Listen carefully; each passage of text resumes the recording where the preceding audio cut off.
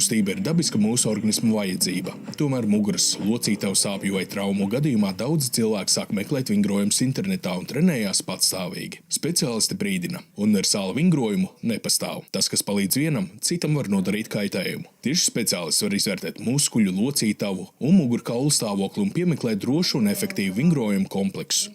Tas cilvēks ir atracis tos vingrinājumus YouTube vai citās tīmekļa vietnēs. Jā. Viņš varētu viņus droši saglabāt sev, droši nāk, piesakās pie fizioterapeita konsultāciju, ņem līdzi to materiālu, un mēs droši divatā izrunāsim, apskatīsimies, kas dara vai kas nedara. Jā. Es gribētu teikt, ka viss jau internetā nav tur viss slikti. Jā. Ir arī labas lietas, kuras droši var iekļaut arī ikdienā. Jā. Es arī bieži vien cilvēkiem saku, labāk dažreiz paskatīties YouTube, jā, un kaut ko pavingrot, nekā neko nedarīt. Jā. Bet galvenais to atnest, parādīt, paskatīsimies, izanalizēsim. Un ja būs ok, droši, labs materiāls, vingrot līdzi, nav problēma. Fizioterapija palīdz ne tikai atjaunoties pēc traumām un operācijām, bet arī novērst hronisku balstu un kustību aparāta slimību attīstību. Ārsti iesaka dienu sākt ar vienkāršiem vingrinājumiem. Viegls rīta iesildīšanās komplekss uzlabo asinsriti, aktivizē muskuļus un palīdz organismam pakāpeniski pāriet no miega uz aktīvu darbību. Ir dažādi varianti, jā. Atkarībā, kādā pozīcijā cilvēks grib vingrot, jā. Stāvs kājās droši var veikt dažādas vēzienu kustības, jā, no rīta. Jā, brīvi, jā, Prям sakt no tā, jā? Jā, droši, jā, izvēzējam krūšu kurvīt, jā, jā, droši. Piemēram, izējam augšā uz rokām, jā, iztaisnojamies, jā, atveram, jā, un galvenais šeit mums ir elpošana, jā, uz ieelpa augšā, uz izelpa lejā, jā, to droši, brīvi var darīt. Nav tā, ka jāsāk no galvas, tur es nezinu, kādu pagriezienu. Tas ir ļoti individuāli, ja būs cilvēkam kakla daļas problēmas, jā, viņš nedarīs to, jā, viņam tur būs, nezinu, sāp ļoti stīvs kakls. Nu, varbūt viņš tur brīvas kustības iesāks, ja? Bet, nu, nevajadzētu visu ielikt tādā rāmī, ja? Kad, ko ķermenis prasa, ja? To mēs arī varam darīt, ja? Nevajadzētu likt tā kaut ko pa strikt, ja? Tā drīkst, tā nedrīkst, ja? Jāklaus ķermenim, ja? Gribās izvēzēties, droši izvēzēm, ja? Izelpojam, ja? Var arī diafragmāla elpošana no rīta uzsākt, ja? Lai aktivizētu elpošanas sistēmu, ja? Lai mums pienāk skābeklis. Kā pareizi? Mierīgi. Tā vislabākā pozīcija diafragmāla elpošanai ir guļas pozīcijā, jā, uz Labi, muguras. kur mums ir paklaiņš?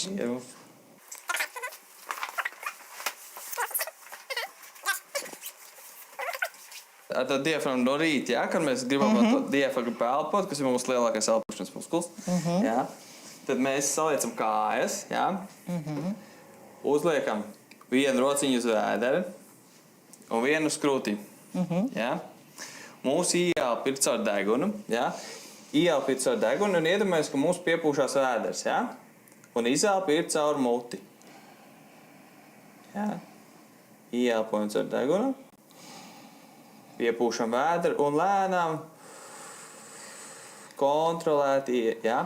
Atceramies, elpojam 1:2, jā. Ja mēs ieelpojam, piemēram, 4 sekundes, tad izelpa mums būs 8 sekundes, jā. Mēģinam pūs kontrolēt, ja? Un skatāmies, ja, lai rokas mums ir uz krūtīm, kontrolē krūtis, ja, lai neiesaistās krūšu elpošana, ja? Lai neiesaistās krūtis mums ieelpas, ja? Cik ilgi? Šādi, nu, izelpojam sākumā 8 līdz 10, bet skatāmies, lai nesāk reibu galvu. Ja? Mēs sev pārventilēsim, ja? Var sākt reibu galvu, un tad nebūtu forši iesākt dienu ar galvas reiboni, ja? Tā kā skatāmies, jā, sākam ar mazāku skaitlīt, ja ir ok, droši varam palielināt, jā?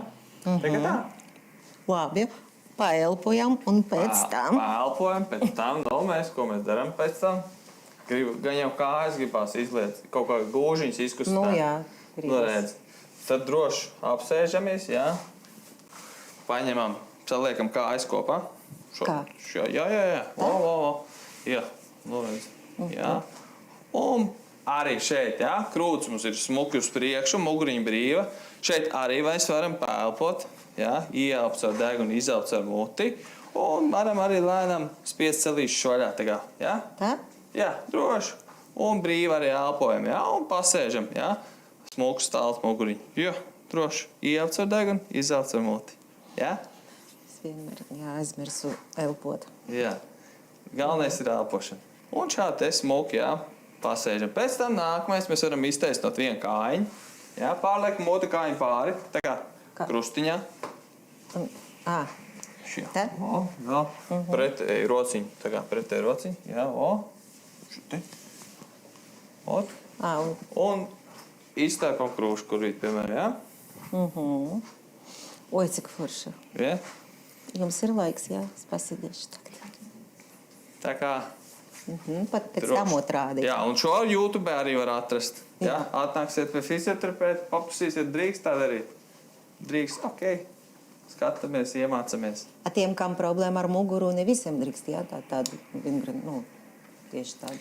Nu, šeit ir tas jautājums, vai tam cilvēkam tas nerada kaut kādu simptomātiku, jā.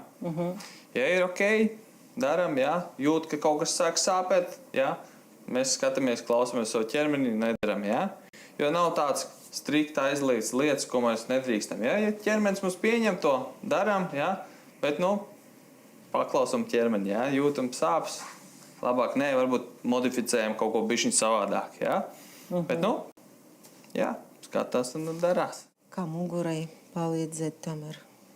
Droši. Uztaisnoties. Ar rotu, ar šiem uz noliekšanām, jā, izkustam gurniņas, jā. No viena puses uztaisam apļus, jā.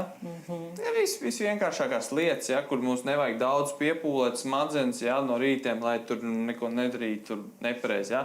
Jo vienkāršākas kustības, jo labāk, jā. Protams, ja tur nav atstrādāts jau cilvēkam kaut kāda specifiska vingrinājuma, ko viņš jau ir pie fizioterapeita tur atstrādājis, un viņš jau sarežģīts vingrinājumus zina izpildīt tehniski pareizi, jā.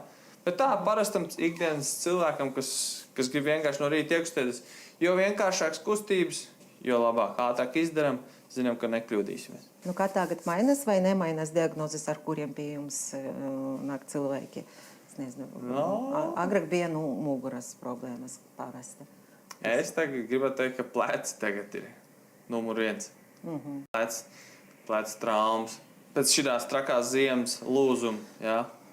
Augšdāmu lūzumi, plaukstas pamatnes lūzumi, jā. Elkoņi, jā, lūzumi. Tie, kas tagad ir visvairāk.